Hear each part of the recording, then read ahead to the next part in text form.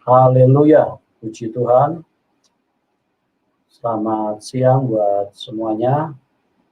Doa kami, kita semua dalam keadaan baik dan terus ada di dalam kebenaran, di dalam kasih dari Tuhan Yesus Kristus. Pada saat ini ada berita yang perlu saya sampaikan kepada pendengar setia dari channel Yusuf Manugulu terhadap situasi yang sedang terjadi, khususnya terhadap Pak KC, ya. Ini di mana sebetulnya berita duka buat kekristenan yang berada di Indonesia, karena saya melihat dasar-dasar atau hukum yang diberlakukan itu kita perlu cermati dan kita perlu memberikan tanggapan, ya. Dan pada kesempatan ini saya mengajak rekan-rekan pengacara untuk memberikan suara dan juga untuk memberikan dukungan terhadap Bapak Haji Muhammad KC.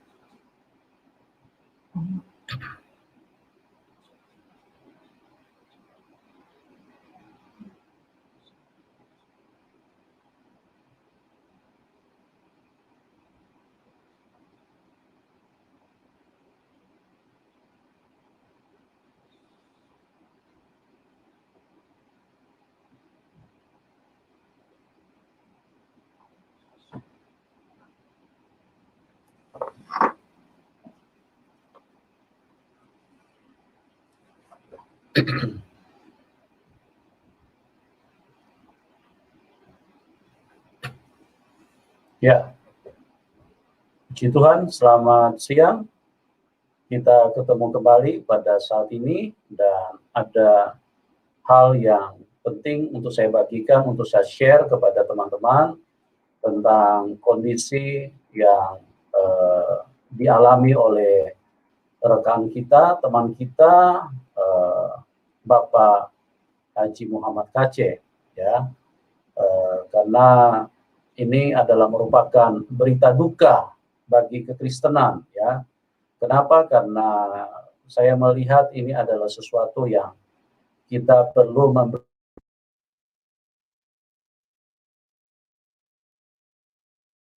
Pak KC telah ditangkap oleh polisi. Nah, kita pada kesempatan ini akan menyuarakan dasar-dasar hukum, ya, advokasi kepada Bapak Muhammad KC, supaya artinya hukum di Indonesia ini jangan berjalan hanya karena pesanan dari kelompok-kelompok tertentu. Jangan hukum ini berjalan hanya karena ada tekanan, desakan dari massa. Ini yang kita sangat disayangkan kalau hal ini terus-menerus terjadi di bangsa Indonesia. Setiap kali orang menyatakan pendapat atau kebebasan di dalam berekspresi, tapi dikaitkan dengan undang-undang penistaan agama. Ini yang saya lihat adalah sesuatu yang sangat tidak fair, ya, tidak pas, ya, dan kita harus memberikan pernyataan-pernyataan untuk supaya ke depan negara Indonesia ini bisa lebih maju dan bisa memiliki kebebasan. Setiap warga harusnya memiliki kesamaan hak, ya. Kenapa? Karena kalau saya bilang sih, kalau dari ustadz-ustadz Muslim di dalam ceramah-ceramah mereka justru jauh lebih ini, istilahnya tingkat penistaannya itu jauh lebih tinggi, bahkan kalau saya pakai istilah penistaan tingkat dewa, ya, yang mereka lakukan. Tetapi yang disayangkan, kenapa kok seperti ini tidak pernah dijadikan sebagai penistaan agama. Tetapi kok Pak KC di dalam menyuarakan tentang kebenaran, tentang kondisi yang beliau alami, kok beliau harus berurusan dengan hukum dan dia harus istilahnya harus ditangkap. Nah, pada kesempatan ini saya tentunya ingin mengajak rekan-rekan pengacara untuk kita bisa dialog ya, supaya artinya negara ini benar-benar bisa hukum itu berjalan secara profesional, secara adil dan secara benar ya. Oke, kita terima dulu teman-teman ini yang akan berdiskusi bersama. Bapak pengacara DS. Selamat siang, Pak DS. Siang, Pak. Siang, Pak. Ya, oke. Terima kasih, Pak DS. Kita terima dulu Pak SS. Selamat siang, Pak SS. Selamat siang. Ya, oke. Baik, Pak. Kita terima dulu Pak YP. Selamat siang, Pak YP. Shalom, Pak Yusuf. Selamat siang. Shalom, selamat siang, Pak. Ya, tolong teman-teman yang mau naik mungkin close kamera aja dulu ya, close kamera ya. Pak RJ, ya, tolong close kamera saja dulu, oke? Supaya ini sinyalnya bisa lebih maksimal. Oke, terima kasih kepada bapak-bapak yang sudah bergabung dan yang sudah ada linknya yang mau masuk silakan ya, silakan bisa ikut bergabung. Oke, Pak DS, Pak SS, Pak RJ, Pak YP, terima kasih atas kehadiran bapak-bapak yang ikut dalam diskusi ini, di mana kita pada kesempatan ini saya ingin sampaikan bahwa ini sebetulnya berita duka bagi kekristenan. Karena apa? Karena Pak KC dianggap sebagai penista agama, sebagai orang yang dinyatakan bersalah dan beliau sudah ditangkap ya oleh kepolisian. Nah, saya ingin mendengar tanggapan dari bapak-bapak yang berlatar belakang hukum dan yang bekerja sebagai seorang lawyer, pengacara, untuk bisa memberikan pandangan-pandangan hukum ya, supaya artinya negara ini ke depannya dan bisa benar-benar menjalankan tugas-tugasnya itu sesuai dengan hukum yang ada. Mungkin dari Pak DS dulu. Silakan Pak DS, bagaimana tanggapan Anda atau apa yang Anda ingin sampaikan terhadap kasus penangkapan Pak Muhammad KC ini? Silakan Pak DS. Ya, terima kasih Pak Yusuf. Ya.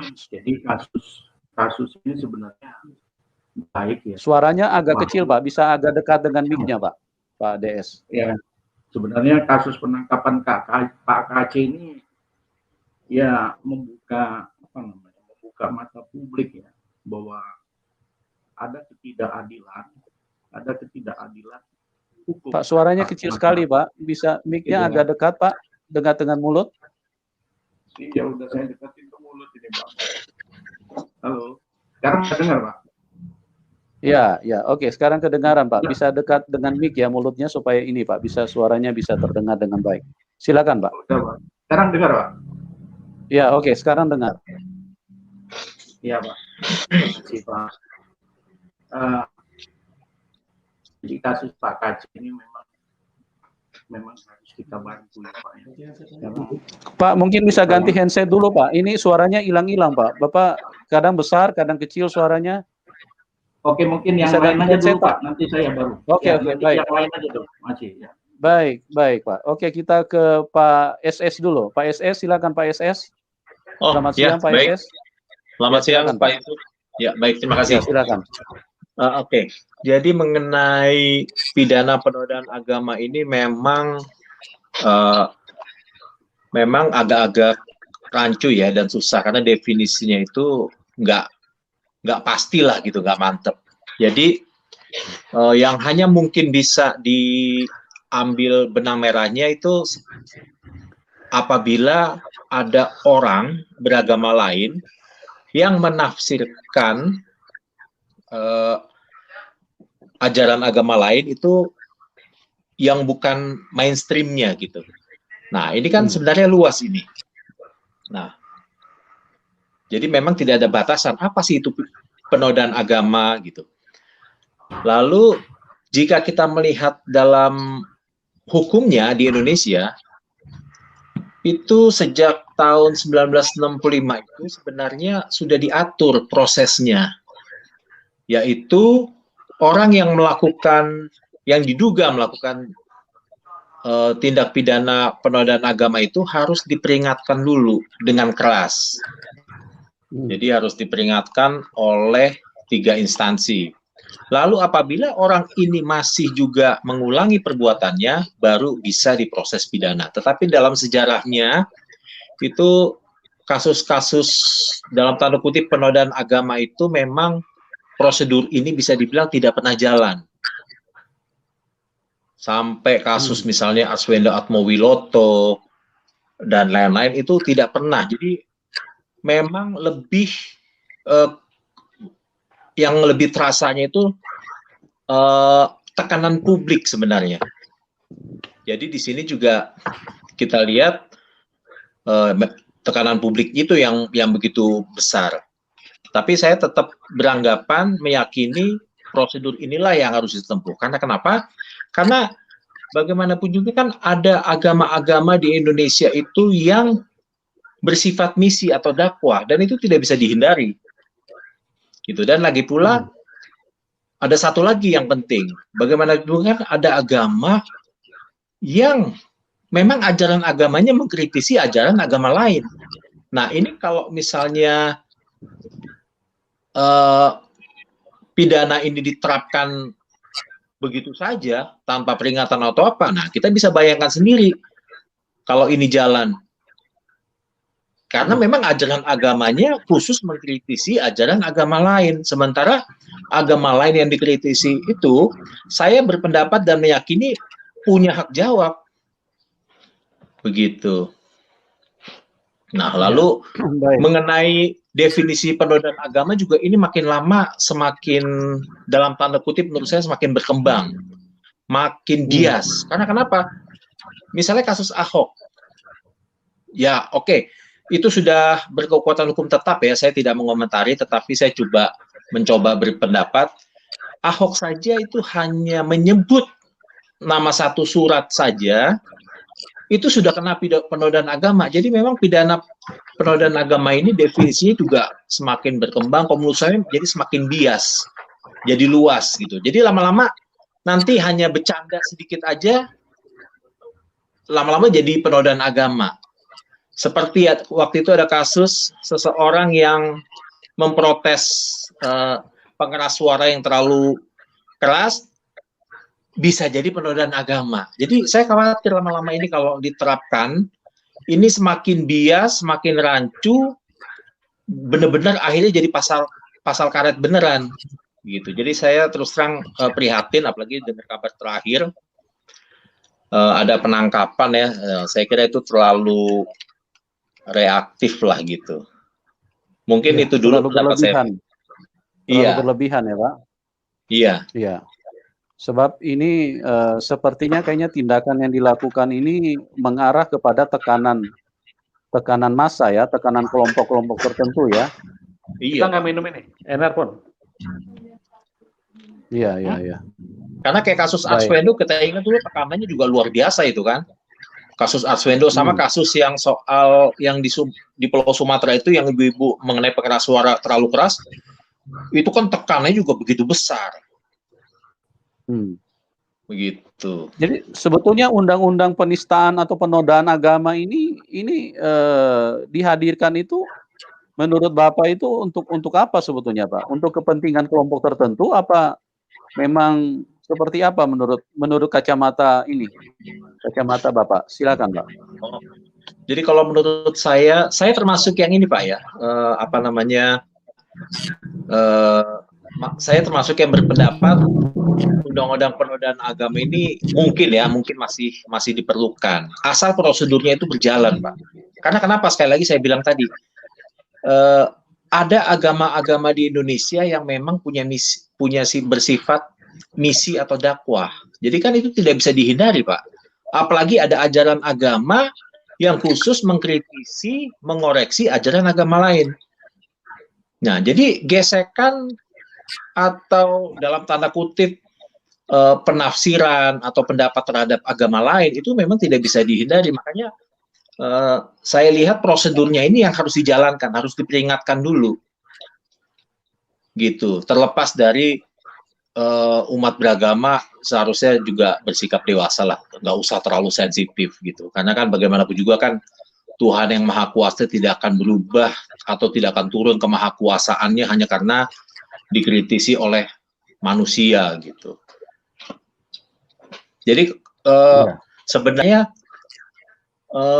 ini kalau kita cermati hukum pidana penodaan agama di Indonesia, itu sebenarnya agama yang ajarannya mengkritisi agama lain justru seharusnya lebih berhati-hati dengan undang-undang ini. Gitu, Pak. Ya.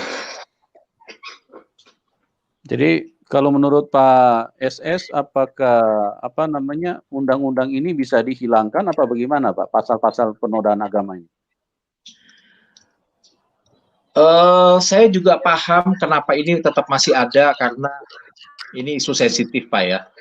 Jadi saya mencoba memahami lah. Walaupun idealnya memang tidak perlu ada, Pak. Idealnya tidak perlu ada. Ya, karena kalau menurut saya sih ini sangat merugikan kekristenan ini kalau pasal ini selalu menjadi ajang untuk kepentingan dari orang-orang tertentu gitu loh, dari kelompok-kelompok tertentu. Ini sangat merugikan kekristenan. Nah, ini bagaimana Bapak, pendapat Bapak? Mungkin Bapak bisa suarakan supaya kita bisa berbagi dengan yang menyaksikan tayangan ini. Bagaimana menurut pendapat Bapak? Silakan.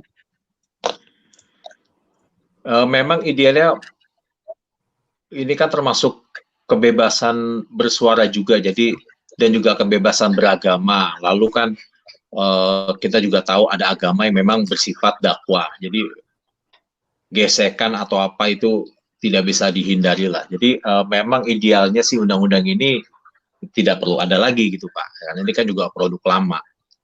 Jadi mungkin ke depannya saya mengharapkan selain undang-undang ini dihapus nantinya, setidak-tidaknya prosedur untuk proses pidananya itu dijalankan. Itu harapan saya, setidak-tidaknya. Lalu sambil setelah itu nanti menuju ke kedewasaan umat beragama. Gitu, Pak. Baik, oke. Terima kasih Pak SS. Kita ke Pak DS sekarang. Pak DS, selamat siang Pak DS. Oke, kalau belum bisa tersambung kita ke Pak YP dulu, Pak YP. Selamat siang Pak YP. Selamat siang Pak Yusuf. Ya, Pak, mohon diberikan tanggapan dulu karena ini rekan kami, Pak KC sudah ditangkap dengan dasar dianggap sebagai penodaan agama, penistaan. Ini bagaimana menurut pandangan Bapak seorang advokat terhadap proses hukum yang diberlakukan kepada Pak KC? Silakan Pak YP. Ya, terima kasih Pak Yusuf.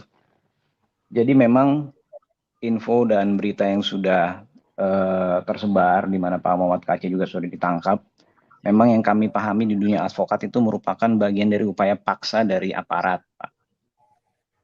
Dan memang bagi pihak yang dirugikan, yang merasa dirugikan, dalam hal ini Pak KC dan keluarga, tentunya punya hak untuk yang namanya pembelaan. Apakah upaya paksa ini sudah dijalankan sesuai prosedur, dan apakah sudah didasarkan pada bukti-bukti yang memang memenuhi ketentuan unsur. Ini yang harus menjadi konteks pembelaan dari Pak KC. Nah, di dalam konteks pembelaan ini, apabila misalkan aparat mengacu kepada pasal 156A yang mengenai penistaan, itu yang saya pribadi berpendapat bahwa setuju tadi yang disampaikan oleh rekan SS, bahwa ini adalah dunia dakwah. Dunia dakwah ini adalah inherent melekat pada setiap individu yang beriman terhadap agamanya. Di masing-masing agama pasti punya ketentuan-ketentuan yang intinya dia membela agamanya.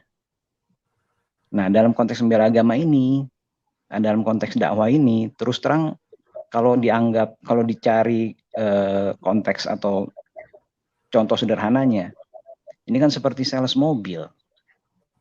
Sales mobil antara misalnya merek A dan merek B, tentu sales A akan bilang produk saya lebih bagus dibanding produk B.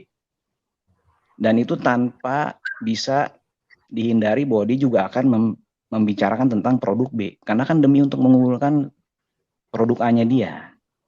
Nah, dalam konteks ini yang seharusnya tidak bisa dimasukkan di dalam objek dari pasal 156A tadi. Sepanjang hal-hal yang disampaikan itu didasarkan pada data-data yang memang valid. Nah, yang saya dengarkan beberapa video-video yang dibuat oleh Pak KC, kalau saya dengarkan dia punya dasar-dasar tersendiri untuk menyampaikan hal-hal itu. Itu yang nanti sebenarnya challenging juga buat pemeriksa atau penyidik nanti dan juga nanti para pembela, para advokat. Kalau itu nanti bisa dibuka di dalam pemeriksaannya, ya menurut hemat kami justru bisa menjadi blunder dalam konteks objek agama yang diperiksa ini. Karena kalau nanti semua yang ditanyakan oleh pemeriksa atau penyidik ternyata itu ada dasarnya semua yang disampaikan oleh pemohon KC, di mana pidananya kalau seperti itu? Makanya menurut hemat saya, konteks debat atau diskusi dalam rangka perbandingan agama ini tidak bisa menjadi objek dari pasal 156. Kecuali hal-hal yang disampaikan oleh seseorang itu dia tidak punya dasar. Misalnya menyebut sesuatu hal yang negatif itu, tapi tidak punya dasar atau data yang valid. Itu yang menurut hemat kami bisa menjadi objek dari 156A tadi. Tapi kalau nanti dalam rangka pembelaan ternyata semua dasar-dasar yang sudah terbuka, bahkan dari sejak BAP sampai penuntutan maupun misalkan nanti pengadilan terbuka semua, itu yang terus terang itu menjadi blunder. Justru akan membawa efek yang kurang bagus buat terhadap objek si agama yang diperiksa nanti. Dimana seharusnya konteks debat seperti ini jangan dimasukkan di dalam pasal-pasal pidana, tapi masuklah di dalam diskusi atau debat mengenai perbandingan. Karena itu akan menjadi konsumsi positif buat masyarakat maupun bagi umat dari masing-masing. Bagi mereka yang mendengarkan, yang percaya itu akan mengambil mana yang menjadi jalan kebenaran. Bagi yang tidak percaya, dia tetap akan beriman terhadap agamanya yang lama. Itu yang seharusnya tidak perlu dikhawatirkan. Mengapa ini menjadi suatu objek pidana? Ini yang aneh. Makanya nanti karena kami sebagai golongan kaum advokat, tentunya teknisnya ada di dalam nanti pembelaan-pembelaan dari narasi-narasi yang akan ditanyakan. Nah, kalau narasi semua yang ditanyakan itu ternyata mempunyai dasar dan valid, bagaimana itu mau disebutkan suatu penistaan atau penodaan? Karena itu semua ada data-datanya. Jadi bukan asbun yang disampaikan. Demikian itu yang menurut hemat kami, Pak Yusuf, sangat sayang sebenarnya kalau ini dijadikan konteks kasus pidana. Karena justru dengan pemeriksaan yang dilakukan dari sejak tingkat kepolisian, itu bisa menjadi terbuka semua. Padahal seharusnya kan ini cukup menjadi debat, diskusi antar ahli-ahli atau imam-imam atau masing-masing agama tersebut. Jadi itu yang menjadi diskusi sehat. Kalau dijadikan di konteks pemeriksaan menjadi perkara pidana seperti ini, ya tentu masyarakat akan semakin bisa melihat. Memang semua ada pros and cons. Apa yang dilakukan Pak KC juga, ya ini suatu histori ya. Kalau bagi kita kaum Kristen kan persekusi ini sudah ada dari sejak zaman Romawi kuno. Dan ini selalu terus menerus. Tapi itu konsekuensi yang bisa berakibat perubahan yang besar terhadap negara tersebut. Dulu kan kita pelajari Romawi kuno bisa dari agama pagan sehingga bisa menjadi Kristen sejak Konstantin. Nah, mungkin menurut saya Pak Yusuf ini suatu titik tolak ini, case ini mungkin tuh bisa mengarah seperti sejarah yang dulu terjadi. Betul. Demikian Pak Yusuf untuk sementara dari saya. Baik. Silakan. Bagaimana menurut Bapak kalau misalnya seandainya penangkapan yang dilakukan terhadap Pak KC ini nanti di dalam pengadilan nanti tidak terbukti bahwa ada unsur pidananya, Pak? Ya jelas kalau dalam konteks pendapat saya tadi, bahwa menurut saya apa-apa yang disampaikan Pak Muhammad KC ini kan nanti akan diuji. Dan kalau ternyata terdapat data yang valid, dan semua itu akan dijadikan bukti-bukti pendukung pembelaan, ya jelas itu tidak dapat dipidana. Jadi Pak KC harus bebas dalam konteks ini nanti kalau misalkan hal ini bisa sampai ke pengadilan. Karena semua apa yang disampaikan itu terbuka semua, data-datanya disampaikan. Itu yang nanti harus dikumpulkan oleh nanti tim pengacara yang ditunjuk. Semua hal yang diucapkan itu ternyata ada data yang valid.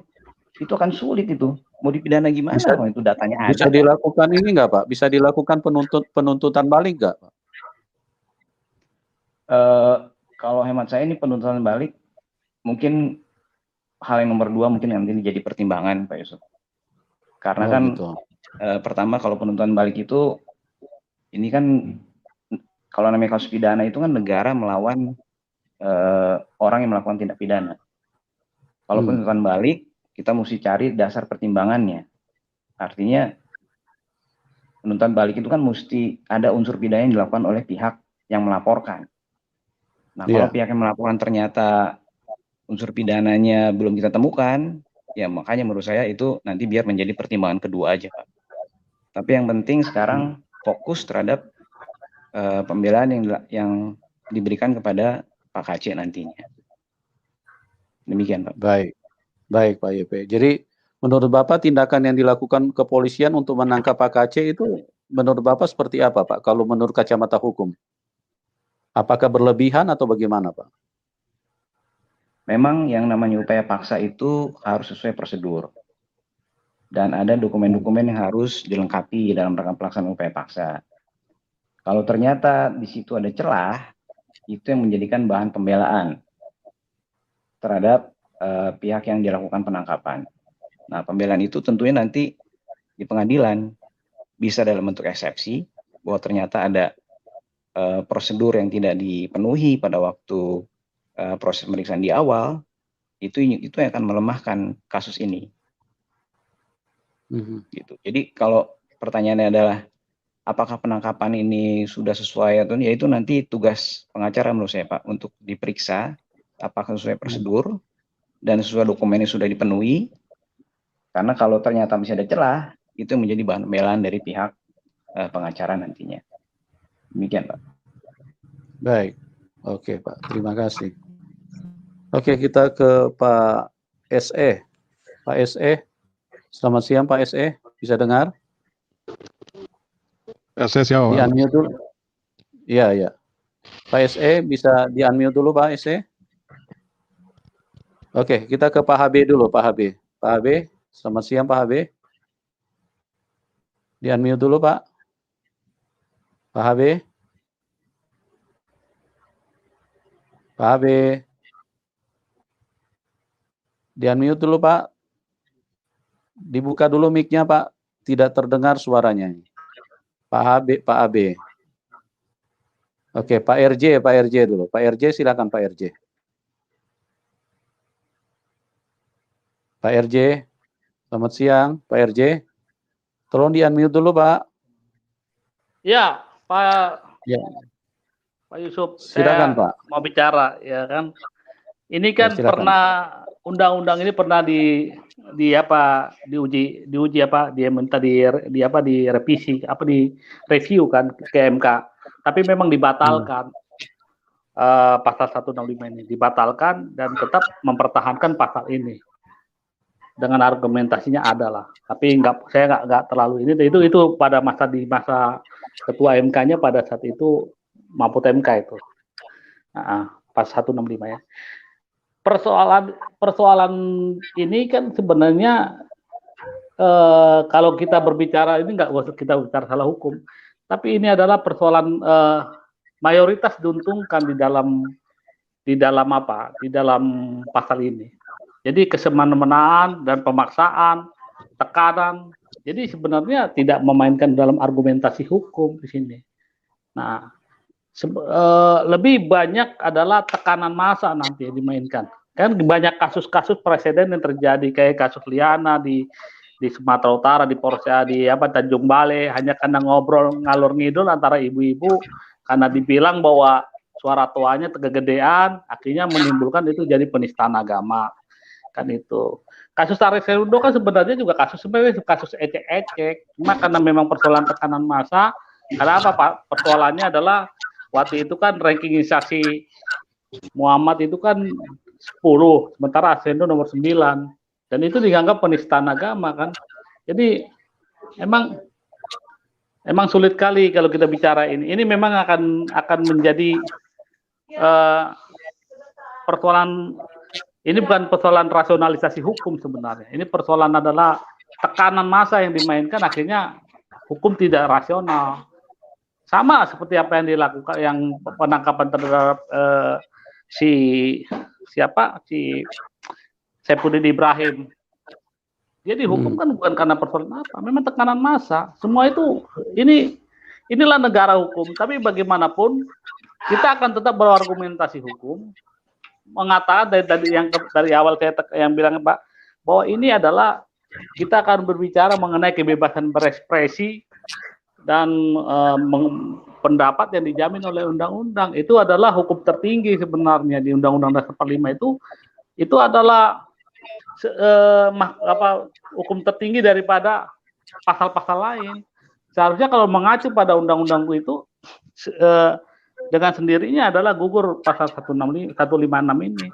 Nah, yang menjadi kita kan yang tadi saya bilang, hampir semua kasus-kasus seperti ini tidak pernah akan menang.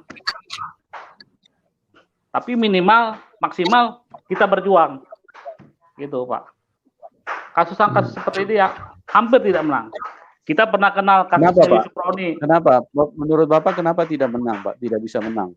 Karena ada presiden-presidennya seperti kayak kasus Yusuf Roni dulu kan seperti itu. Tapi bukan berarti kita tidak melakukan perjuangan dan perlawanan. Mungkin kita ke depan itu, maaf nih Pak, saya tidak pernah mau mengatakan segala itu, tapi saya berdasarkan presiden-presiden hukum yang pernah terjadi di bangsa ini. Yang tidak pernah tapi bagaimanapun kita harus terus melakukan perlawanan dalam bentuk ya penegakan hukum gitu. Penegakan hukum, maksud saya penegakan hukum itu apa yang dilakukan oleh Pak nanti kan kita akan buat itu adalah penguatannya adalah setiap di dalam diskusi ini kan bukan hanya kalangan Kristen aja yang hadir, tapi juga di kalangan Muslim boleh hadir untuk memberikan argumentasinya. Di situ ada keseimbangan kan, ada perimbangan. Kan nanti bisa dari saksi-saksi hukum itu nanti akan kita, saksi-saksi yang kita, ya misalnya saksi-saksi di dalam diskusi-diskusi Zoom meeting itu kan nanti bisa kita punya Pak, sebagai penguatan terhadap saksi penguatan terhadap Pak Muhammad Kc. Jadi itu aja Pak. Jadi inilah memang dilematis di bangsa ini. Disebut negara hukum, tapi ketika tekanan massa itu seringkali tidak pada objektif untuk menangani ini dengan baik. Kenapa kemarin ditangkap Pak Muhammad Kc dengan polisi? Kenapa? Bukan karena soal penegakan hukum, tapi udah kadang-kadang hukum itu sendiri akhirnya terkalahkan dengan tekanan-tekanan ini. Ini sebenarnya presiden tidak baik. Nah, jadi ada dua hal yang akan dimainkan ke depan adalah kita main secara litigasi dan non litigasi, supaya penguatan opini itu main juga di non litigasi. Jadi orang tahu, walaupun memang ya kita lihat presiden-presiden ini, moga-moga ada mujizat Tuhan yang mengatakan bahwa Pak Muhammad Kc adalah tidak bersalah. Kan bisa saja terjadi dalam suatu hukum pengadilan. Tapi kita juga harus punya pesimis.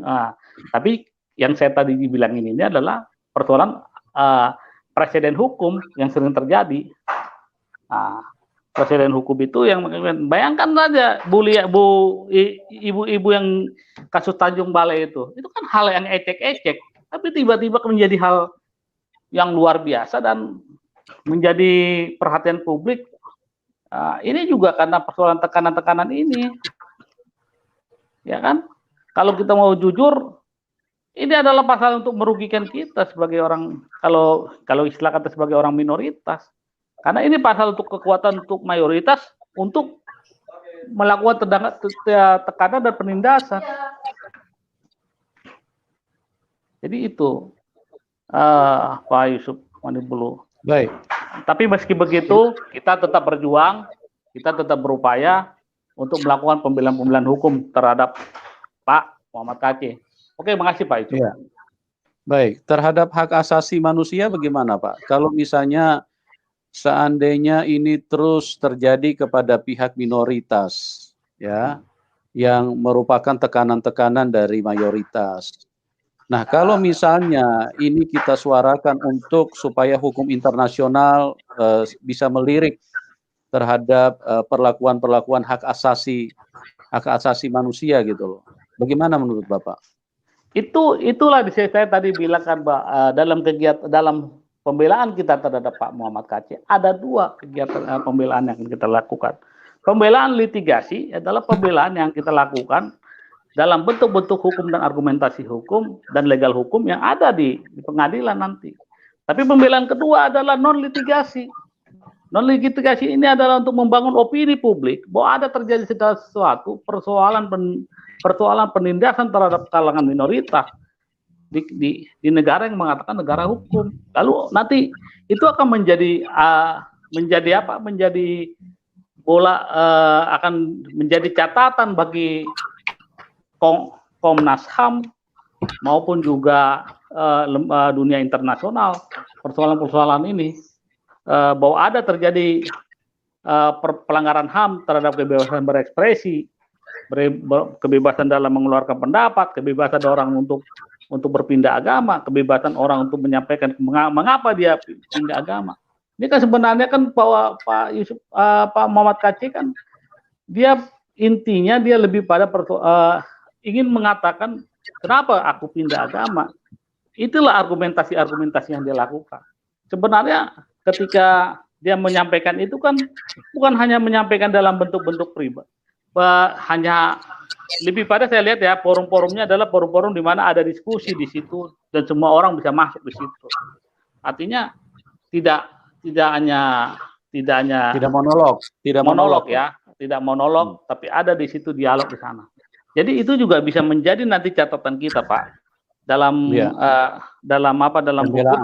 pembelaan. Ya. Nah, tapi dua hal yang harus kita lakukan ke depan adalah persoalan litigasi dan non litigasi. Non litigasi adalah kita terus menggulirkan itu di tengah persoalan hukum nanti. Ada persoalan non hukum yang akan kita lakukan supaya ini menjadi kesadaran publik bersama bahwa seringkali terjadi masalah-masalah berekspresi dan menyampaikan pendapat itu selalu dikekang dan selalu ditindas melalui sebuah atas nama tekanan massa, gitu loh. Akhirnya hukum itu tidak rasional. Makasih, Pak. Ya, baik. Atas nama tekanan massa, tekanan agama ya? Ya. Karena dianggap sebagai penodaan atau penistaan agama. Iya. Padahal penodaan penodaan dan penistaan itu kan harus dibuktikan. Apa makna penodaan dan penistaan itu? Karena persoalannya juga kalau kita melihat dari mereka-mereka ini kan aneh-aneh. Karena persoalan kayak bahwa katanya Alkitab itu dipalsukan seperti apa, itu kan menjadi nanti kita itu masuk dalam non litigasi, bukan ketika Yahya Waloni ngomong begitu, dia mengatakan bahwa Alkitab dipalsukan, orang sudah laporkan dia nggak pernah ditangkap karena tidak ada tekanan, kan gitu. Nah, padahal itu mereka udah masuk unsur itu. Banyak lagi berbagai kalangan yang katanya mualaf yang melakukan hal-hal yang sebenarnya bisa dikatakan lebih daripada Pak Muhammad Kc. Kan itu. Betul. Apalagi seperti katakan Ustadz Abdul Somad mengatakan bahwa di dalam salib ada ada jin kafir. Kalau memang ada jin kafir di mana bisa dibuktikan melalui Al-Quran ayat berapa? Ini kan nggak bisa mereka buktikan. Tapi ya bisa aja mereka karena persoalan mereka mayoritas, akhirnya itu mereka bisa menang, gitu. Banyak hal Pak sebenarnya, dan juga yang penistaan yang mengatakan si Rizik mengatakan bahwa kalau ISIS itu nggak punya bapaknya, lalu bidannya siapa kan gitu kan? Itu juga adalah bentuk-bentuk penistaan yang harus bisa disampaikan dalam bentuk-bentuk non litigasi.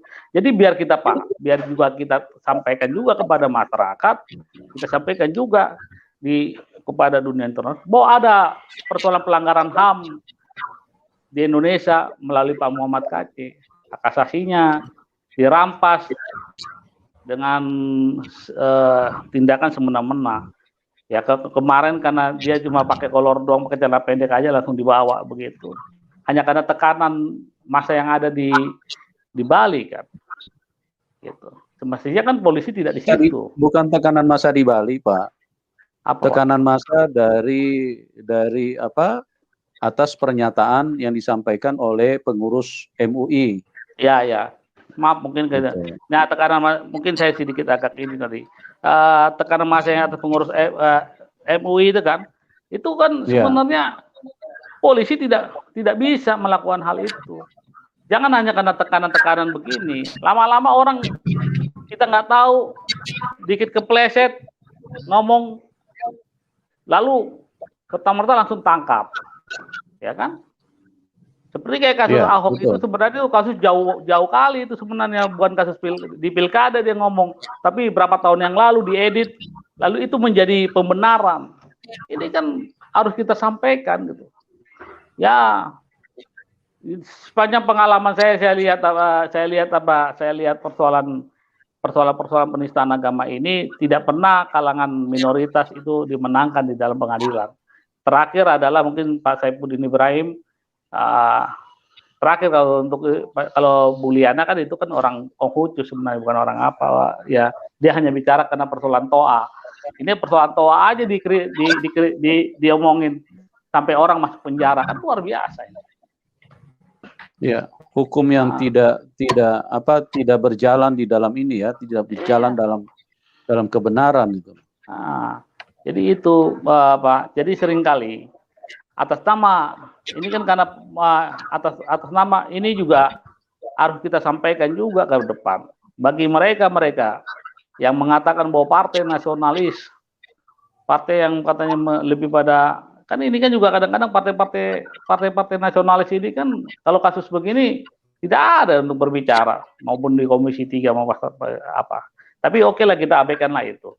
Tapi yang harus menjadi penekanan kita ke depan, kita harus fokuskan itu, bahwa ini adalah sebuah kebebasan berekspresi untuk menyampaikan pendapat, bahwa tidak pernah, dan kita harus sepakat di dalam melihat ke apa yang Pak Muhammad Kc, tidak ada satupun penistaan agama di situ.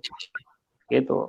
Itu harus ditekankan Pak Yusuf, bahwa tidak ada pemuka penistaan agama, itu hanya karangan aja, hanya sekedar ingin mendalilkan untuk menangkap Pak Muhammad Kc. Oke, makasih Pak.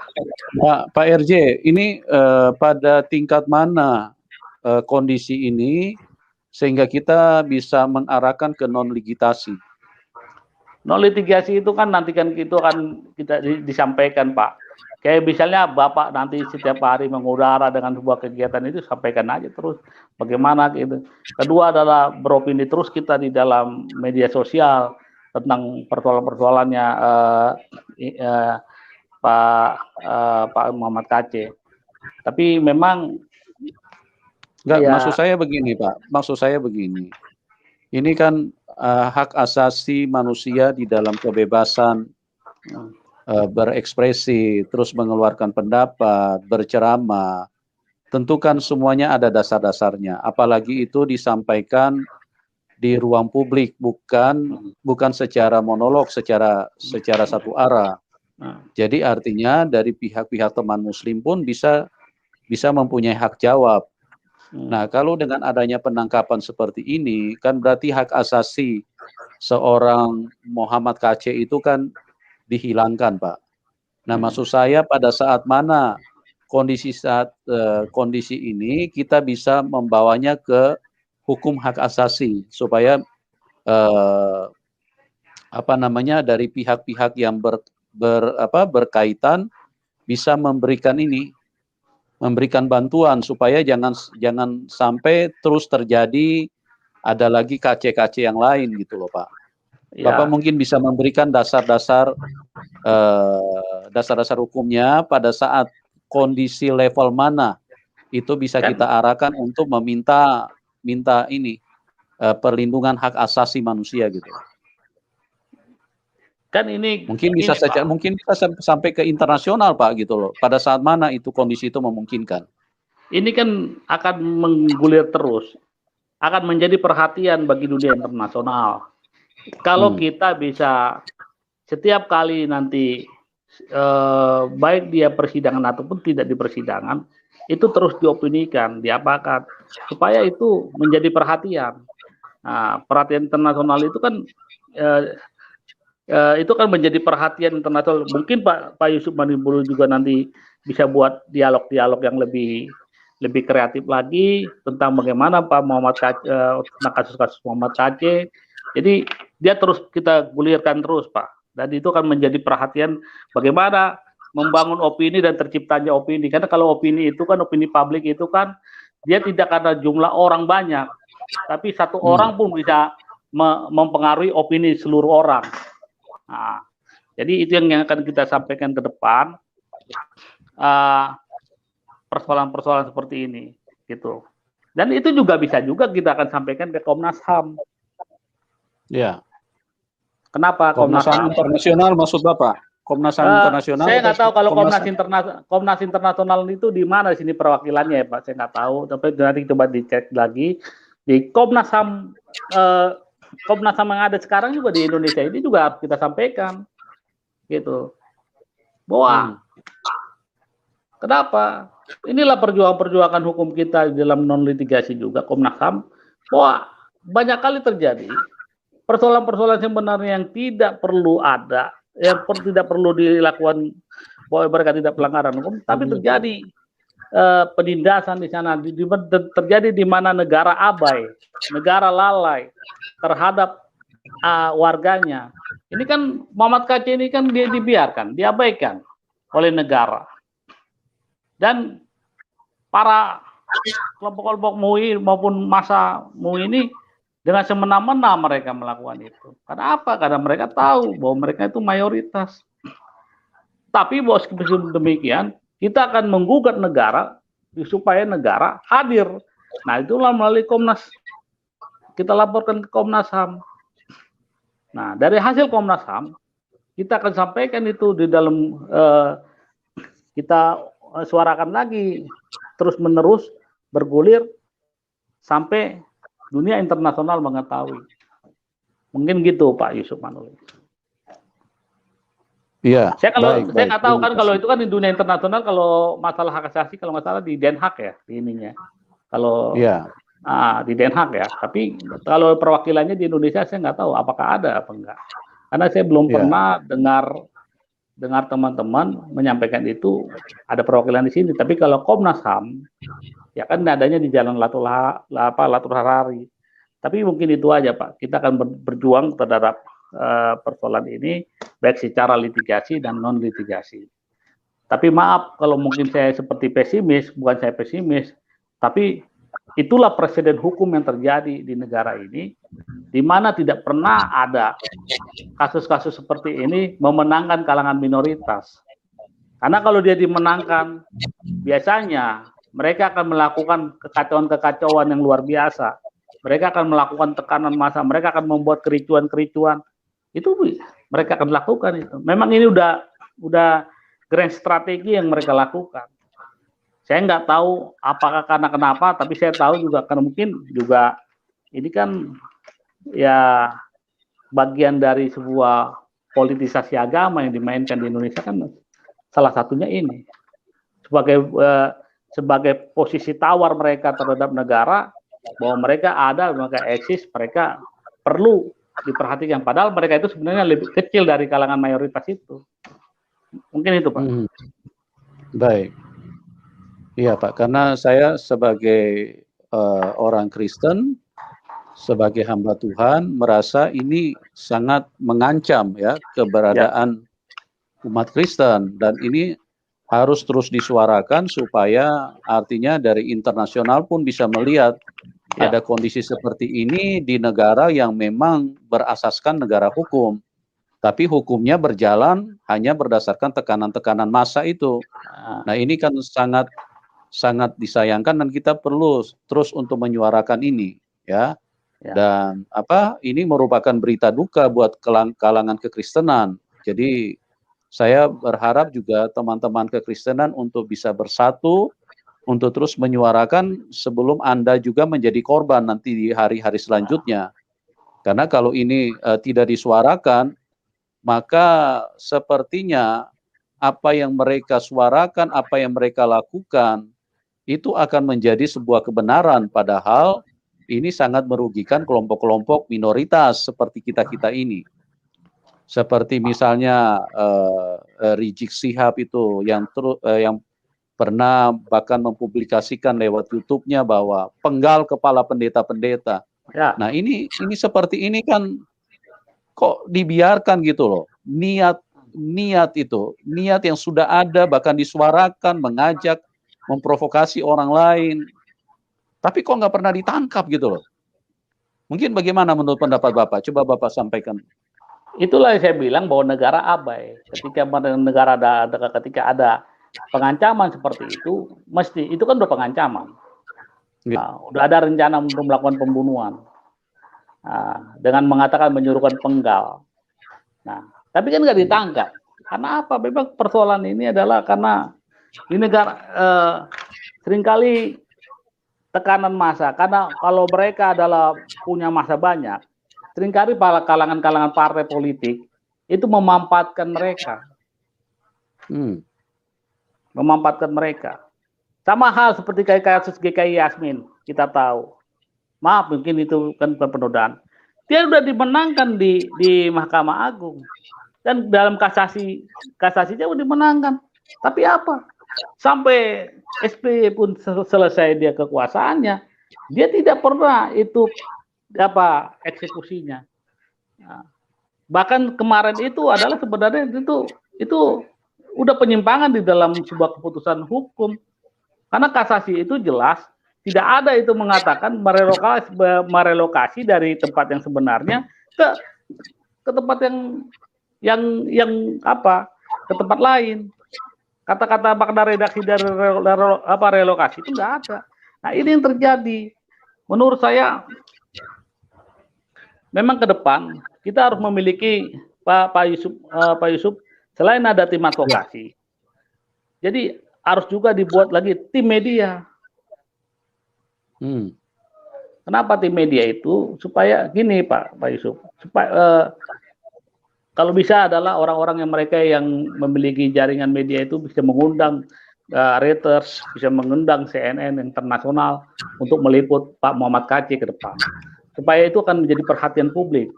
Misalnya media-media Belanda yang ada di Indonesia perwakilannya. Jadi mereka tahu setiap kali Pak Muhammad Kc lagi diadili di situ. Jadi media-media internasional itu tahu. Nah, makanya itulah salah satu non litigasi yang harus kita lakukan.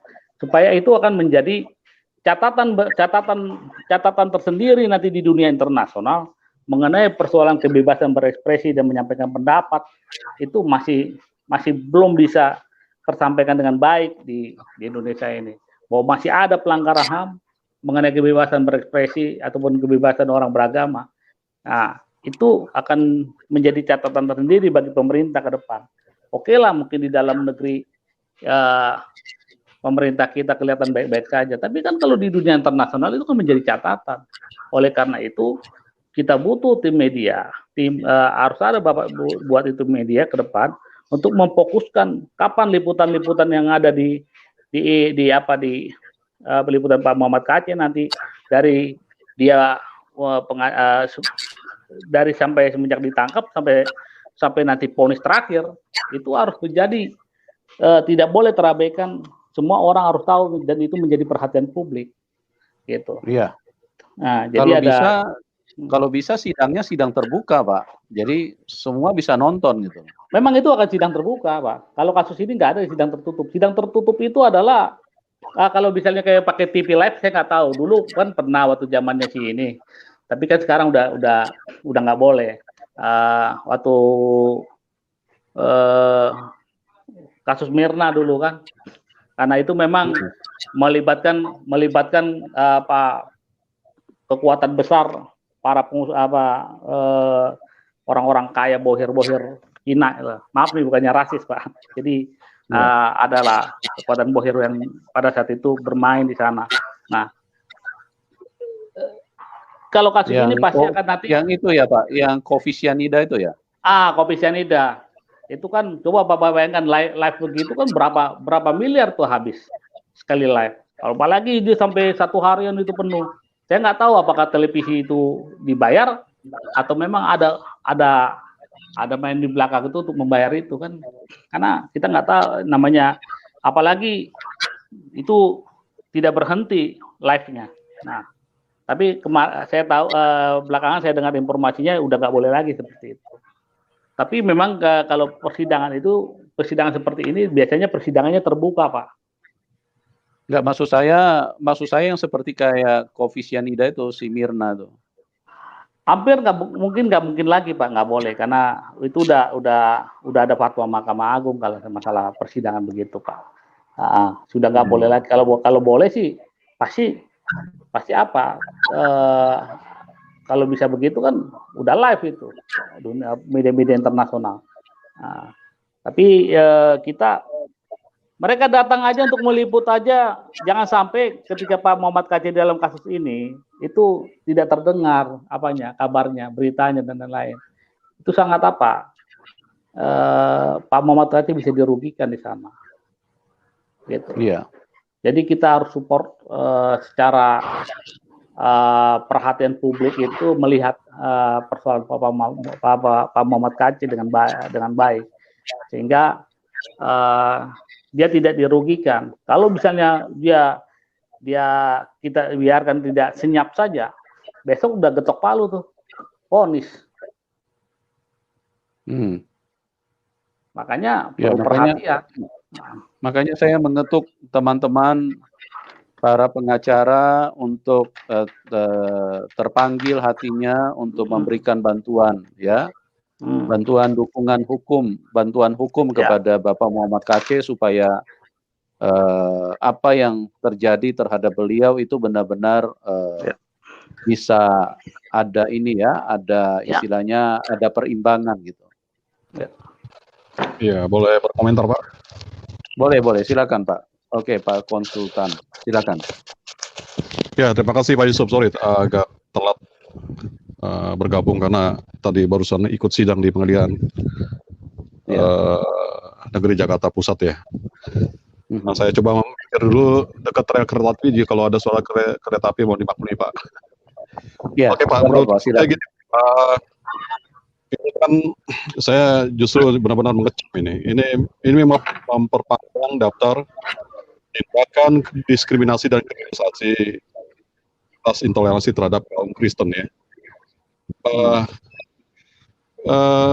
Masalahnya selalu terulang.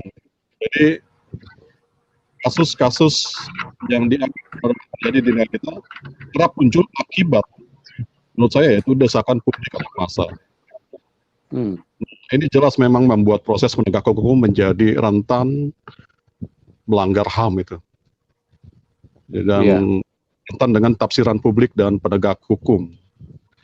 Nah, memang ini saya pikir memang perlu ada uji materi ya terhadap undang-undang agama ya, karena kalau saya coba tafsir itu produk hukum yang melindungi produk hukumnya tersebut memang saya lihat lebih cenderung melindungi kaum mayoritas itu.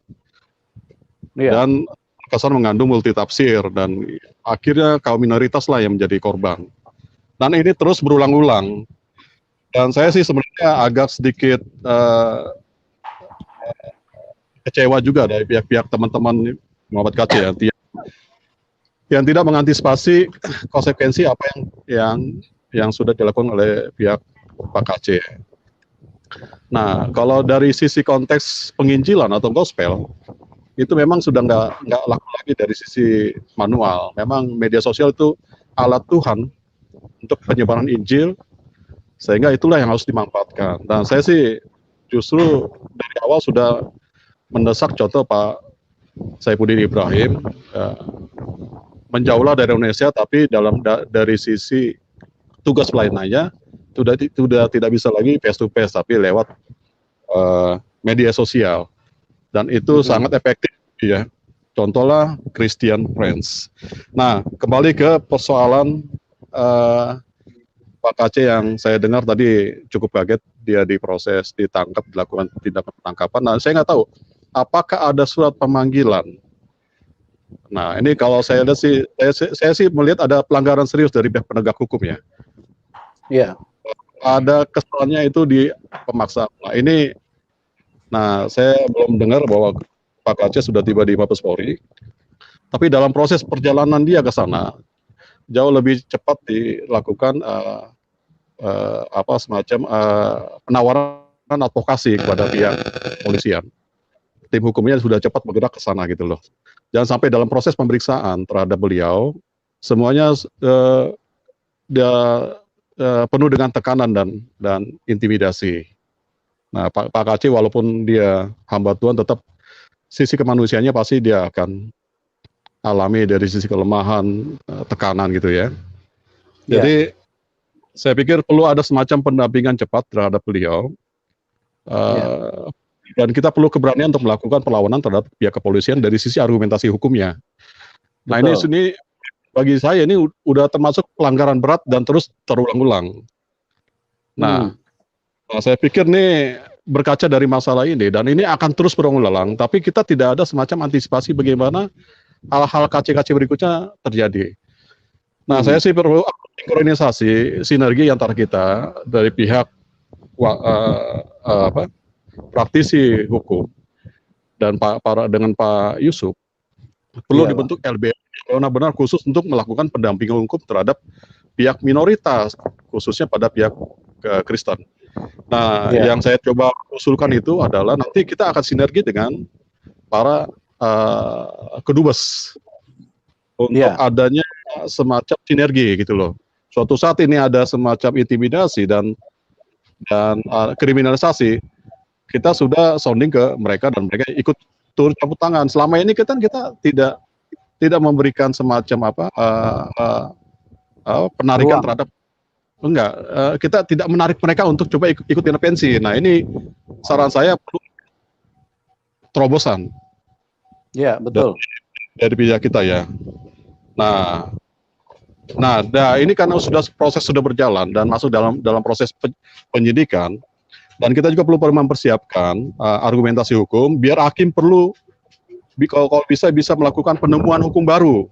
Saya sih agak sependapat dengan teman dari lawyer lain ya, agak pesimis. Saya pikir sih sikap pesimis itu tidak perlu disampaikan dan tidak perlu pesimis. Kita tetap optimis gitu loh. Pak KC dalam memberikan pendapatnya itu dalam ruang diskusi, dalam ruang dialog, dan itu dia tidak tanpa data yang dia baca itu yang disampaikan. Ayo kita berdiskusi. Persoalannya di mana? Istilahnya pelecehannya di mana? Nah, itu yang perlu dipersiapkan matang. Jadi dari kita sehingga hakim bisa mengerti gitu, dan ditemukanlah putusan hukum yang adil dengan cara rekonsiliasi dan interpretasi yang kita bisa sampaikan secara utuh. Ya,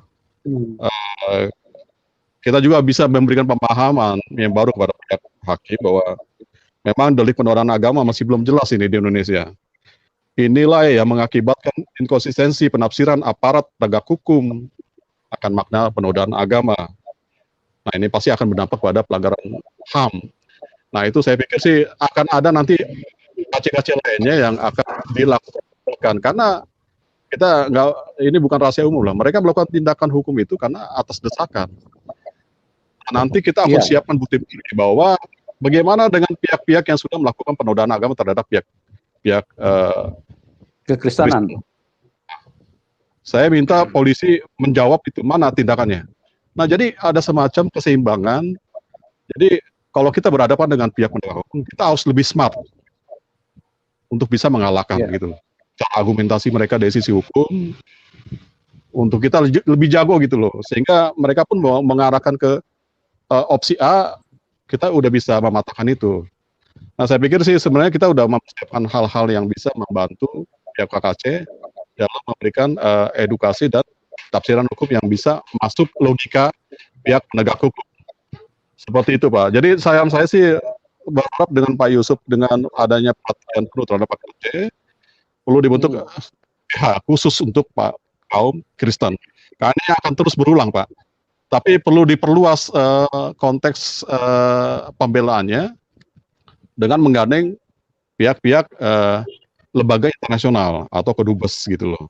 Sehingga pemerintah Jokowi yang terkesan membiarkan gitu polisi melakukan tindakan kriminalisasi ini, akhirnya ikut memberikan perhatian penuh terhadap masalah tersebut. Sementara sekian, Pak Yusuf. Baik, Pak. Oke. Terima kasih Pak Konsultan. Ya, kita ke DS. DS bisa dengar? Ya, bisa Pak. Bisa dengar suara saya, Silakan. Pak? Silakan, Pak. Silakan, Pak DS. Oke, silakan, Pak. Terima kasih. Ya, memang saya setuju dari apa yang disampaikan dari pendapat rekan-rekan. Jadi permasalahan yang kita hadapin ini lebih besar pressure-nya, lebih besar tekanan massanya daripada pelanggaran hukumnya. Jadi lebih besar dari itu. Walaupun demikian, kita tidak boleh pesimis. Paling tidak tugasnya pengacara itu adalah meringankan, paling tidak meringankan hukuman yang diberikan kepada saudara kita Muhammad Kacin. Pak, suaranya hilang-hilang, Pak DS. Iya, ini saya sudah ganti sama yang manual ini, Pak. Masih tetap. Kalau tidak pakai handset, kalau tidak pakai handset bisa nggak, Pak? Coba supaya suaranya bisa maksimal gitu. Sekarang dengar, Pak. Sekarang dengar, Pak. Ya, oke. Sekarang dengar, Pak. Ya, silakan, Pak. Ya, Pak. Ya, saya setuju dengan pendapat dari rekan-rekan sebelumnya. Jadi kasus Pak KC ini, penangkapan Pak KC ini lebih besar pada masalah pressure dari massa saja. Massa daripada pelanggaran hukumnya. Ya. Terus kemudian memang ada dua langkah yang harus kita lakukan. Yang pertama memang litigasi, yaitu upaya-upaya hukum yang nanti akan dilakukan para advokat, para pengacara. Nah, tentunya untuk para pengacara ini kita harus diberikan dokumen-dokumen, misalnya video-videonya Pak KC. Jangan sampai nanti pada waktu di persidangan mungkin videonya yang sudah dipotong-potong, Pak. Jadi perlu kita siapkan itu video-video yang lengkap, sehingga nanti pada waktu pembelaan itu kita tahu, oh ini videonya sudah dipotong. Ya, terus kemudian nanti kan kita juga bisa menerangkan bahwa dalam video itu kan kalau kita analogikan kan semacam diskusi akademik, Pak, ya, atau ruang kelas. Jadi sebenarnya tidak boleh dipermasalahkan karena ada peserta-peserta lain. Jadi gini, Pak DS, sorry saya potong sedikit. Jadi ada satu video yang mereka jadikan alat bukti itu sudah di take down, Pak. Sudah di take down dari YouTube. Jadi itu bagaimana menurut Bapak, langkah apa selanjutnya yang harus diambil? Karena kan tadi Bapak mengatakan harus ada video-video yang sebagai alat bukti, jangan sampai itu sudah dipotong-potong terus kemudian merugikan Pak KC gitu. Nah, ini bagaimana ini kira-kira langkah yang harus diambil karena video yang dijadikan sebagai alat bukti itu sudah tidak ada di YouTube, Pak, sudah di take down. Oke, Pak. Halo, dengar suara saya, Pak? Ya. Dengar Pak, silakan. Ya, video-videonya Pak KC ini kan banyak, Pak. Artinya kalau kita tonton hampir serupa sebenarnya apa yang disampaikan oleh Pak KC pada setiap videonya, hampir serupa. Jadi tidak ada masalah, kita siapkan saja, kita kumpulkan saja video-video yang ada untuk pembelaan pada Pak KC, bahwa Pak KC itu tidak ada unsur penistaan, tidak ada niat untuk menista, tetapi adalah niat untuk membela imannya, membela dirinya, Itu yang memang nanti kita sampaikan. Dan kalaupun ada penistaan harusnya itu kan sudah dijawab oleh peserta diskusi. Jadi sebenarnya nggak perlu sampai kepada pihak polisi karena sudah dijawab oleh peserta diskusi. Itu yang litigasi, Pak. Kemudian untuk yang non litigasi. Nah, di sini pentingnya ini bukan saja bukan hanya dari sisi hukum tapi dari non litigasi ini, artinya gini, non litigasi ini pelibatan umat Kristiani yang lain untuk ikut menyuarakan bahwa ada ketidakadilan di sini. Misalnya saya baca di YouTube itu Bu Sofiatul yang mengirim surat terbuka Fadlan mengirim surat terbuka kepada Presiden. Saya rasa seperti itu harus dilakukan oleh umat-umat Kristiani. Jadi dilakukan kepada Presiden, sampaikan kepada Menteri, apapun itu pokoknya selalu setiap hari harus dikumandangkan, Pak. Suarakan. Kemudian, kemudian untuk pelibatan HAM, saya rasa itu penting karena kita tidak diberikan kebebasan beragama itu juga sudah termasuk pelanggaran HAM. Jadi kita bagaimana ajak Komnas HAM untuk ikut terlibat di situ. Kemudian, Pak, media asing. Mungkin ada kawan-kawan yang punya kawan media asing, ya kalau bisa kita ajak mereka ikut. Supaya mulai sekarang mereka memonitor apa yang terjadi kepada Muhammad KC ini. Dan yang lain para YouTuber, ya seperti Pak Yusuf Manubulu, ya lebih banyak lebih kreativitasnya untuk bagaimana menyuarakan ini sehingga nanti ke depan ya harapannya tidak ada Muhammad KC berikutnya ini, Pak. Saya rasa itu saja dari saya, ya. Jadi yang pertama upaya litigasi dilakukan para advokat, tolong dikumpulkan para video-videonya. Kemudian non litigasi itu keterlibatan umat Kristiani, bagaimana pelibatan HAM di situ, pelibatan para YouTuber Kristiani, dan pelibatan media asing penting di sini. Saya rasa begitu pendapat dari saya, Pak Yusuf. Terima kasih, Pak Yusuf. Terima kasih, Pak DS. Jadi saya perlu sampaikan kepada teman-teman bahwa Pak KC ini sampai saat ini sudah 6 kali pindah tempat karena dengan posisi yang tidak nyaman, ya. Beliau dikejar, mau dianiaya, dipersekusi, bahkan dari mereka banyak yang menyuarakan bahwa Pak KC darahnya halal. Nah, inilah dasar-dasarnya sehingga Pak KC itu berpindah-pindah dan kemudian dengan situasi seperti itu, beliau ingin menyuarakan kebenaran bahwa artinya kondisi yang dia alami itu adalah tekanan dari kelompok-kelompok dari sebelah, dari orang-orang yang membuat kehidupannya. Nah, bagaimana keberadaannya, dia harus suarakan itu. Dia harus sampaikan itu, bahwa ini adalah sebuah ketidakbenaran yang telah terjadi di dalam kehidupannya. Dan inilah yang membuat Pak KC terus bersuara seperti itu. Jadi, seperti yang Bapak-Bapak sampaikan tadi, tidak ada niat atau unsur-unsur yang namanya penistaan di situ. Itu hanya meresponi terhadap apa yang diperlakukan terhadap dirinya, dan memang ini hak asasinya Pak KC sangat ditiadakan kalau melihat dari keberadaan hidupnya saat ini. Artinya dia harus pindah-pindah tempat, tapi dia juga tidak mendapatkan istilahnya dukungan dari negara atau dari ini. Nah, malah sekarang sangat disayangkan kok tiba-tiba langsung ditangkap hanya karena ada desakan-desakan begitu. Oke, kita ke Pak SS dulu. Pak SS, selamat siang, Pak. Bisa dengar saya? Pak SS? Halo, Pak SS? Ya, Pak SS bisa dengar? Oke, mungkin Pak SS lagi sinyalnya lagi kurang ini. Silakan kalau ada bapak-bapak yang lain masih mau memberikan tanggapan, silakan, Pak.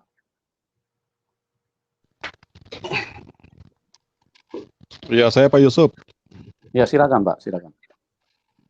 Iya, kalau saya coba asumsikan bahwa memang negara seolah-olah menjadi wakil Tuhan ya untuk mengakui suatu agama tertentu.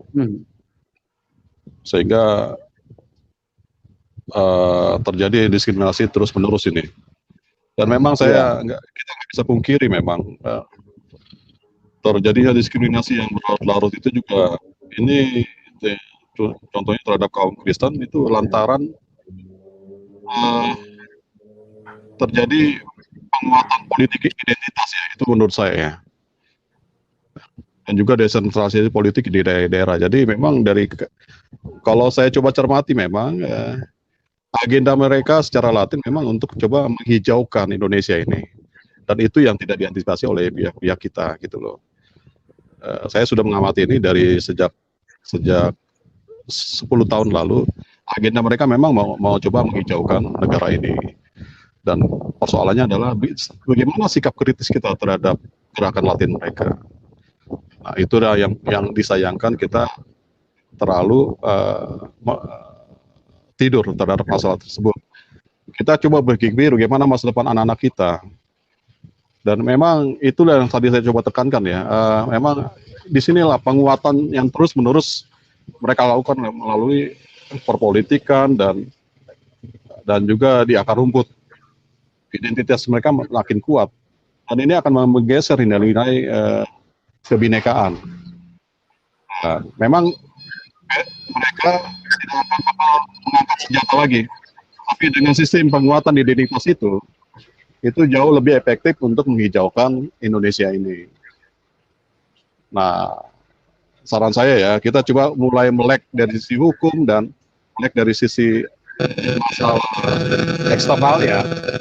Dan ini kalau bisa untuk masa Pak KC ini momentum awal. Pak konsultan, headsetnya cabut dulu Pak, baru dipasang lagi Pak. Soalnya suaranya sempat mendengung tadi. Cabut dulu Pak, baru dipasang lagi. Bagaimana Pak? Halo. Udah bagus Pak. Tapi masih tetap mendengung Pak. Coba dicabut sekali lagi Pak, baru dicolok lagi. Pak. Udah bagus Pak. Oke, silakan Pak. Sudah. Iya, jadi saya ikut menikmati obrolan Pak Yusuf ya di YouTube. Tapi kita tidak terkena dengan hal yang sifatnya yang tidak lebih substansif ke depan gitu loh. Nah, karena tugas kita sama-sama penginjilan dan berani pikul salib, saya pikir perlu ada semacam antisipasi untuk kita menguatkan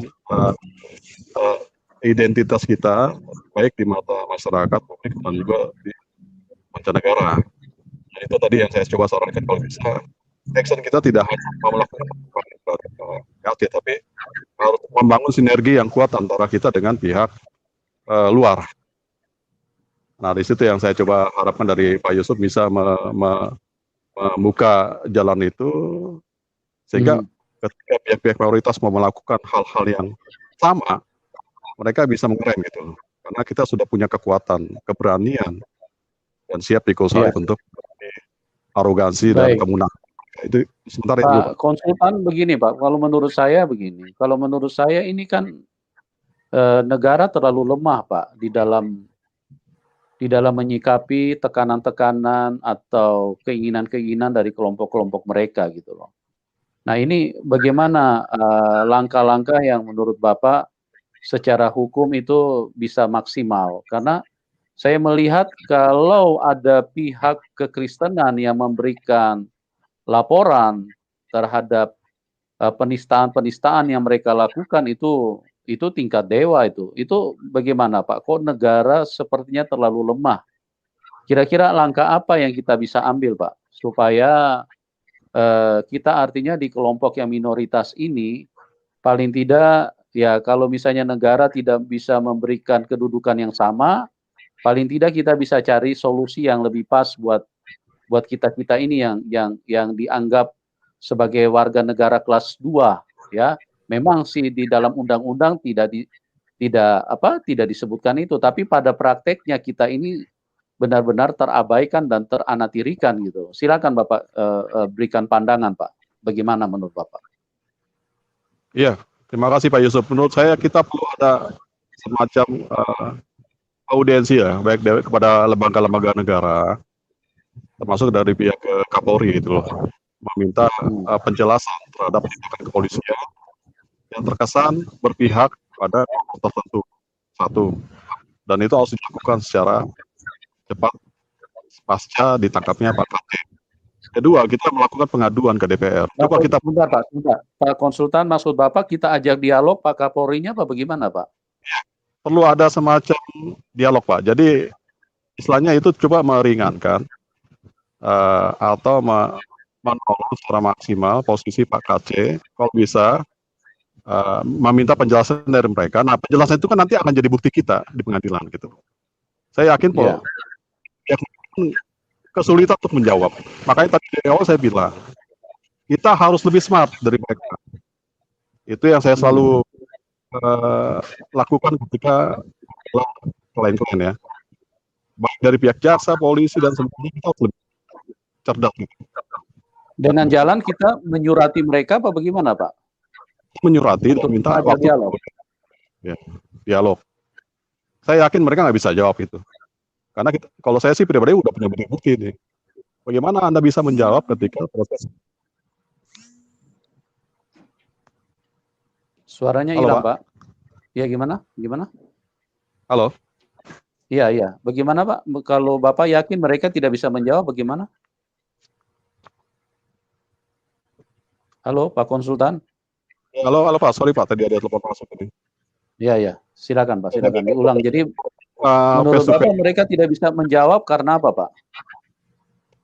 Ya, pertanyaan saya, kira-kira jawaban mereka apa? Nggak mungkin ada Pak, karena satu, bagaimana perlakuan hukum yang sama terhadap pihak-pihak yang sudah terlalu berani melecehkan pihak Kristen, dan tindakan mereka seperti apa? Bagaimana sikap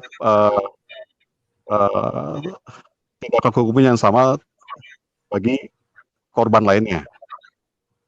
Ada tadi teman saya yang telah melakukan laporan 2 tahun lalu sampai sekarang pun tidak diproses terhadap salah satu tokoh ulama. Nah, itu bisa menjadikan bukti kita untuk mempertanyakan konsistensi kepolisian terhadap tindakan hukumnya. Gitu.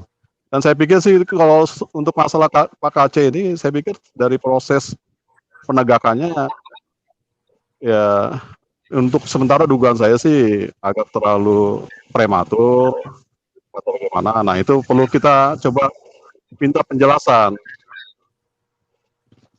Sehingga kalau kita sudah dapat informasi lengkap, ya kita perlu ajukan pra peradilan. Itu langkah pertama. Kedua, yaitu mengajukan penangguhan penahanan. Sekaligus kita mengumpulkan bukti-bukti di pengadilan ketika proses-proses yang kita lalui itu diabaikan atau tidak dikabulkan. Sementara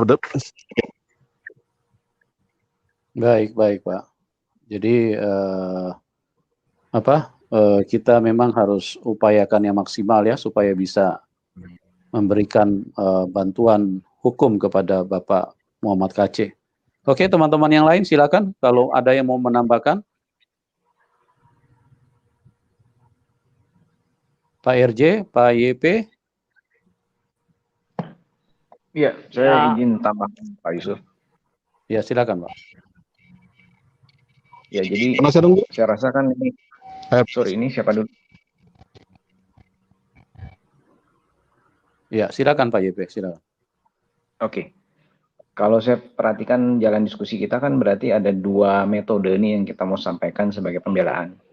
Pertama adalah litigasi, di mana litigasi kan itu yang dilakukan oleh tim lawyer, itu sesuai prosedur, sesuai hukum acara yang ada. Dan kedua adalah yang menarik juga non litigasi, Pak. Jadi non litigasi ini adalah upaya-upaya yang dilakukan di luar tata cara prosedur penuntutan, artinya di luar kewenangan yudikatif ini. Artinya di luar kewenangan polisi, jaksa, dan hakim. Jadi memang worth it juga Pak Yusuf, kalau memang dari kita ada link kita bisa sampaikan ini sebagai keluhan ataupun laporan masyarakat ya terhadap konteks kasus ini yang kita rasakan ini sangat berat sebelah ya, apalagi kalau pas dibaca itu di surat penangkapan ini cepat sekali itunya, dari sejak produk surat-suratnya sampai penangkapan itu Kalau kita lihat jedanya cuma sehari itu sangat cepat sekali itu. Dan memang apalagi dibandingkan dengan tadi yang barusan informasi disebut ada satu kasus aja nunggu 2 tahun aja belum selesai. Nah, konteks ini kan yang sebagai objek dari laporan pengaduan masyarakat kepada wakil-wakil kita yang ada di DPR. Kenapa di DPR? Karena DPR ini sebagai penyimbang kan. Dalam konsep trias politika ini dia sebagai legislasi. Cuma memang penyampaiannya nanti memang harus dibuat narasinya bagus, Pak. Jadi menjadikan bahwa seakan-akan ini adalah objek kasus yang seharusnya tidak masuk dalam ranah pidana, namun menjadi suatu ruang debat antara ahli-ahli agama yang akan memperkaya pengetahuan masyarakat. Justru jangan ini dibawa ke pidana. Dan karena ini harusnya jangan dibawa ke pidana, berarti harus dibuat aturan khusus untuk konteks perdebatan seperti ini, supaya ini dilindungi menjadi suatu debat ilmiah akademis, memperkaya masyarakat, dan tidak menjadi objek pidana. Termasuk juga karena ini kasusnya sudah viral ya saya rasa kalaupun ada link-link yang kita sampaikan ke perwakilan internasional untuk mereka juga bersuara, karena kasus ini kan kasus seakan-akan penekanan yang dipaksakan untuk segera dijalankan. Ya sebagai penyimbang, ya mungkin kita juga minta dunia internasional untuk bisa melakukan masukan supaya terjadi keseimbangan nih dalam penekanan seperti ini. Gitu kurang lebih, Pak Yusuf. Terima kasih. Baik. Oke, Pak Konsultan, saya mau tanya sedikit tadi yang Bapak sampaikan mengenai hal yang kita perlu pertanyakan kepada Kapolri, kepolisian, itu mekanismenya seperti apa, Pak? Apakah memungkinkan untuk kita lakukan itu supaya kalau bisa diskusi kita dengan kepolisian itu di ruang publik, jadi orang banyak bisa menyaksikan dan bisa menilai ya apakah tindakan kepolisian itu berdasar atau sesuatu yang merupakan tekanan atau pesanan gitu. Pak Konsultan mungkin bisa dijelaskan, Pak, silakan. Pak Konsultan Pajak. Pak Konsultan. Pak Konsultan. Pak Konsultan bisa dengar? Ya lo Pak, sorry. Ya. Yusuf, saya. Okay. Halo, bisa dengar ya, Pak? Bisa. Saya jawab ya. Ya silakan Pak. Jadi gini,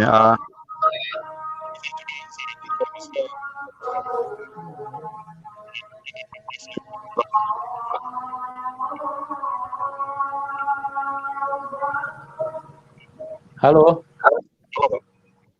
Ya, nggak kedengaran Pak suaranya.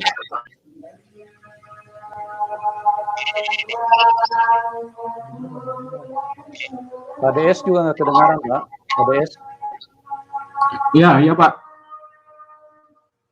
Ya, nggak kedengaran suaranya Pak. Sekarang ya, jelas Pak. Pak. Saya sudah. Ya oke Pak Konsultan, silakan. Saya udah jelas. Ya, dari mulai sekarang dilakukan upaya pendampingan hukum.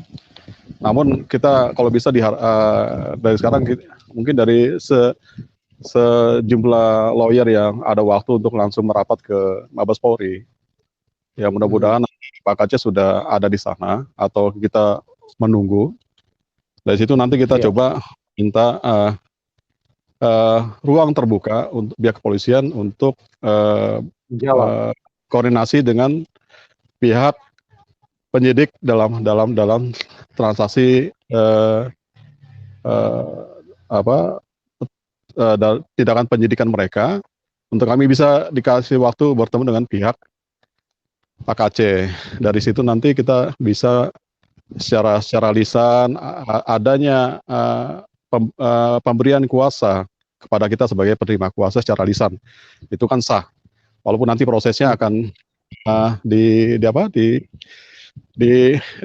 dilanjutkan untuk beberapa jam kemudian. Nah, dari situ nanti kita bisa bangun dialog dengan pihak kepolisian dan juga mempersiapkan waktu untuk kita bisa meminta waktu bertemu dengan pihak mungkin direktur pidana umumnya atau pidana khususnya dan juga Kapolri.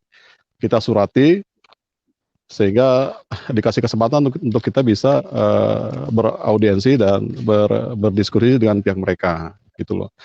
Artinya ini yang saya coba harapkan adalah kita mau nangkap kira-kira dasar mereka apa melakukan. Andai pun Pak Kace salah, andai saja.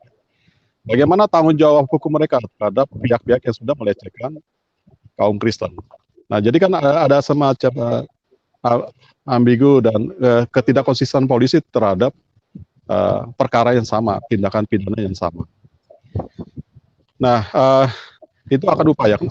Andai pun mereka mau, saya pikir itu pun hal yang positif buat kita, bahwa memang kita bisa simpulkan tindakan polisi selama ini secara sepihak dan lebih mengakomodir keinginan pihak massa atau mayoritas ketimbang pihak minoritas yang terus ditindas, dilecehkan, diintimidasi, dan dikriminalisasi. Nah, itu yang saya ingin coba lakukan pembelaan dan membukalah boroknya aparatur negara yang begitu di luar batas melakukan langkah-langkah hukum yang sungguh-sungguh tidak adil terhadap kaum lain gitu. Dan itu nanti langkah berikutnya juga coba dilakukan audiensi dengan lembaga negara dan juga pihak konsulat asing.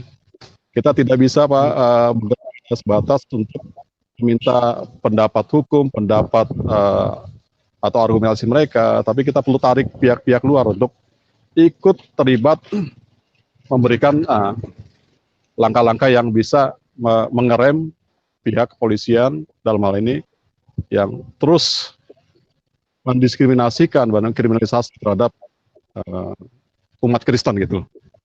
Saya nggak bilang minoritas langsung ini. Ya, hanya saya sarankan kepada Pak Yusuf dan kawan-kawan dari sisi tindakan penginjilan, ya lebih baik pakai media sosial tidak langsung, karena itu semua orang pasti pegang HP. Betul. Udah maju dan itulah dimanfaatkan. Saya pikir memang saya ambil memetik hal yang sedikit rohani ya. Adanya COVID ini sebenarnya ini untuk manusia sekarang mendengarkan Injil lewat kayak Zoom seperti ini gitu loh. Cara Tuhan untuk penginjilan lebih merata dan meluas. Dan itulah kita manfaatkan gitu.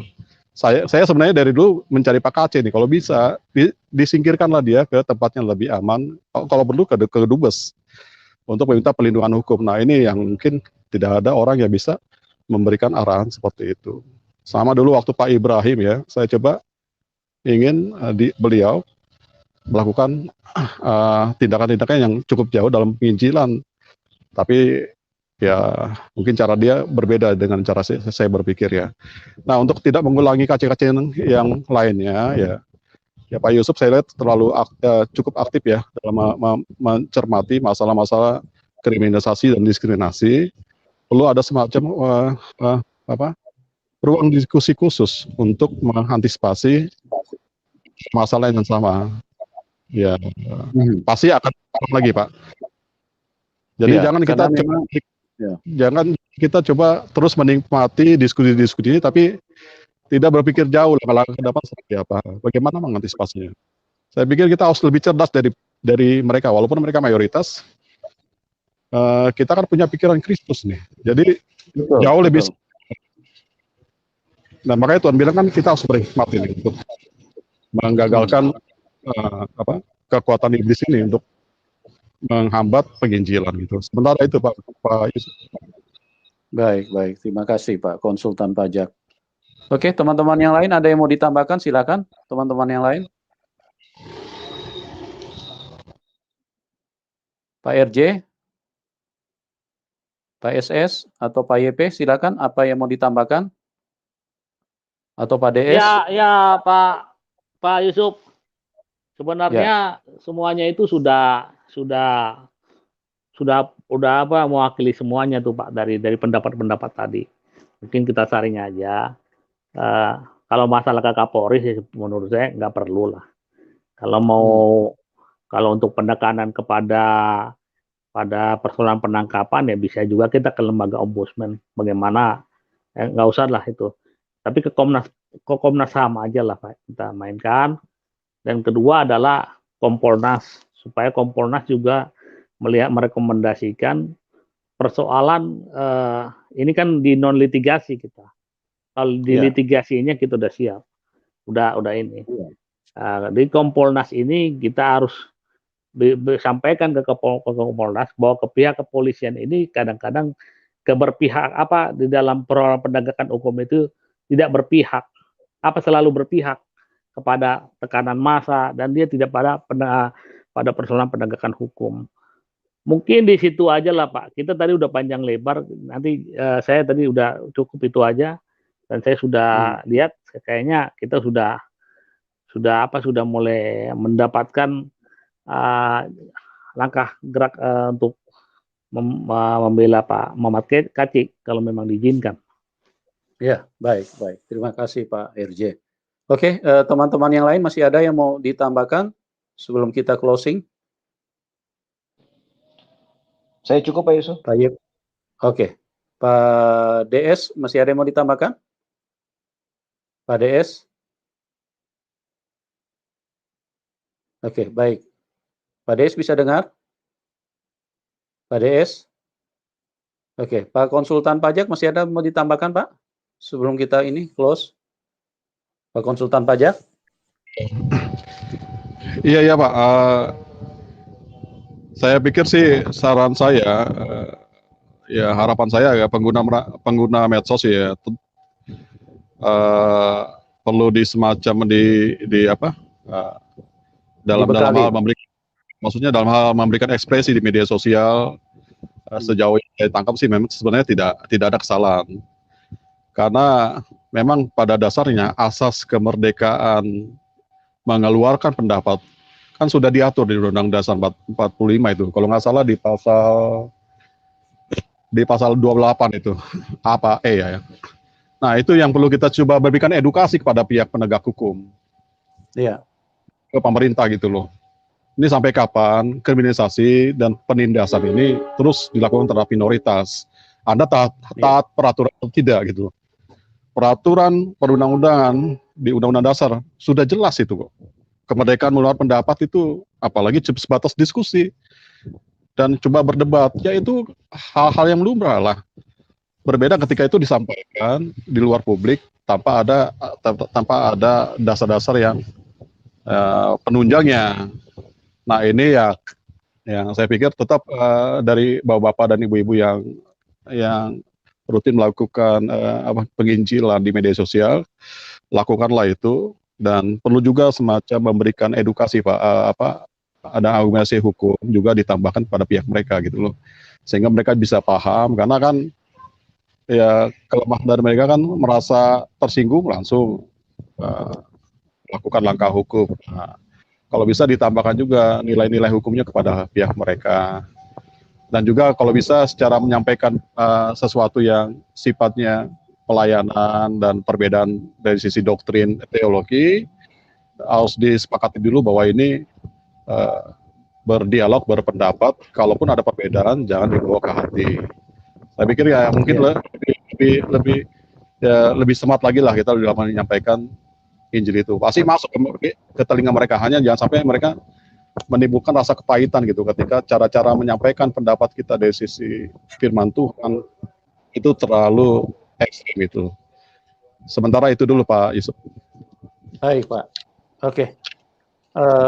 Mungkin kita cukupkan dulu sampai di sini. Terima kasih Pak DS, Pak YP, Pak SS, Pak RJ, Pak Konsultan Pajak, dan teman-teman yang lain yang sudah masuk, cuma mungkin karena sinyal tadi agak kurang maksimal ya. Terima kasih, dan kita akan koordinasi selanjutnya supaya kita bisa segera action untuk memberikan bantuan kepada Pak KC, pendampingan. Jadi sekali lagi Tuhan Yesus sumber kehidupan memberkati bapak-bapak yang terus bekerja untuk sebagai tim advokasi dan juga yang mempunyai hati untuk menyuarakan kebenaran ya. Karena bicara hukum tidak pernah bisa dilepaskan dengan yang namanya bicara tentang kebenaran atau Injil, ya, karena itu menjadi dasar keadilan dan kebenaran, itu menjadi suara yang utama yang harus disuarakan di dalam hukum. Dan teman-teman yang sudah join, terima kasih, doa kami buat Anda semua, dan kita akan ketemu di program selanjutnya. Tuhan Yesus memberkati kita semua, dan salam kemenangan buat kita semua. Amin.